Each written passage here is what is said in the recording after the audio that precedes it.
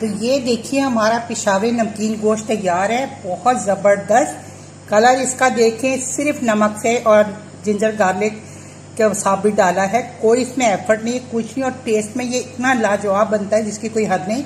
और ये लेमन वगैरह साथ में रख दिया गया है, तो आप इसको लेमन ऊपर इसको करके उसके बाद खाइएगा। बहुत टेस्टी लगता है लेमन, और हजम भी करता है।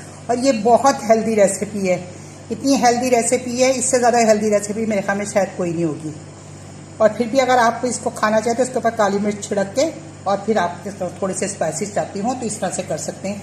तो चलिए जी, मुझे इजाज़त दीजिए और अपना रखिएगा। यह है पेशावरी गोश्त की, जो हम बचपन से खाते आ रहे हैं, मैं वही आपको रेसिपी दूंगी।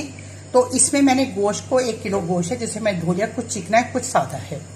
तो इसको मैंने बहुत अच्छे तरीके से वॉश कर लिया और फिर सिरके के पानी में भी इसको वॉश कर लिया है। जैसे कि आप लोगों को मालूम है कि मैं 1 बाउल पानी का भर के लेती हूँ, उसमें 2 टेबल स्पून वाइट विनेगर डालती हूँ, उसमें डिप करके तकरीबन 15 से 20 मिनट तक गोश्त को रहने देती हूँ। उससे सैनिटाइज भी हो जाता है और वैसे भी गोश्त का जायका बहुत अच्छा बेहतरीन हो जाता है।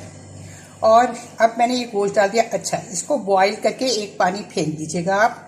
अगर आप लोगों को थोड़ा कोलेस्ट्रॉल का इसका प्रॉब्लम है, वैसे भी मैं गोश्त का पानी हमेशा फेंकती हूँ, मगर मैं अभी आप लोगों को दिखा रही हूँ, इसलिए मैं इसी तरह पकाऊंगी, जो ऑथेंटिक रेसिपी के हिसाब से ऐसे ही बनता है। तो मैंने गोश्त डाल दिया और उसमें जाएंगे, ये मैं बता दूँ आपको, ये है 1 मिनट, ये कुछ लहसुन और अदरक के टुकड़े हैं। ये मैंने एक जवा मतलब पोथी लहसुन की होती है ना, वो लिए, और 1 इंच का टुकड़ा था अदरक का, वो इसके टुकड़े मैंने इस तरह से कर लिए, ये इस तरह से।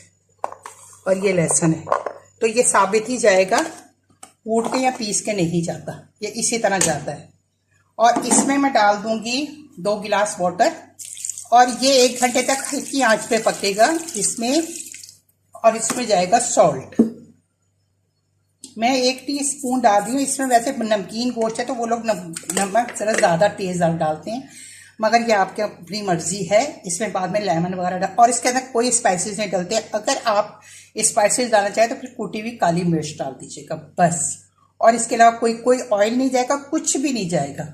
ये इसी तरह हल्की आंच पे ये पकेगा। मैं इसके फ्लेम चला देती हूँ, इसके नीचे फ्लेम को मैंने ऑन कर दिया है। और अब इसके अंदर जब एक बॉयल आ जाएगा, एक क्या कहते हैं एक उबाल आ जाएगा इसके अंदर, फिर मैं इसको लीड लगा के और हल्की आंच पे 1 से 1.5 घंटे तक पकाऊंगी। ये बिल्कुल लो फ्लेम पे पकता है और उसी में गलता है, उसे बीच बीच में मैं देखती जाऊंगी।